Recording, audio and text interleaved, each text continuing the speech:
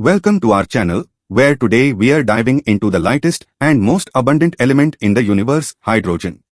Hydrogen, symbol H, is not just a chemical element. It's the building block of the cosmos, making up 90% of all atoms out there.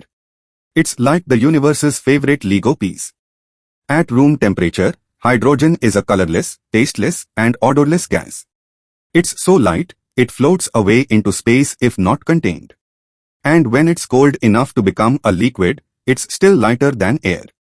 Here on Earth, hydrogen is a social element, bonding with oxygen to make water and with carbon to form the myriad of organic compounds that are the basis of life. Chemically, hydrogen is quite the performer. It reacts explosively with oxygen to give us water. And it's not just a one-trick pony, it forms compounds with almost every other element.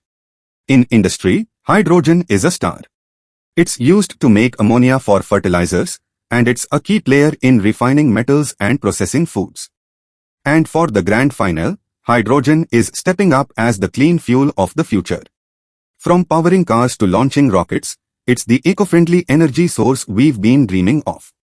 That's hydrogen for you, a tiny atom with a universe of potential. Don't forget to like, share, and subscribe for more elemental adventures.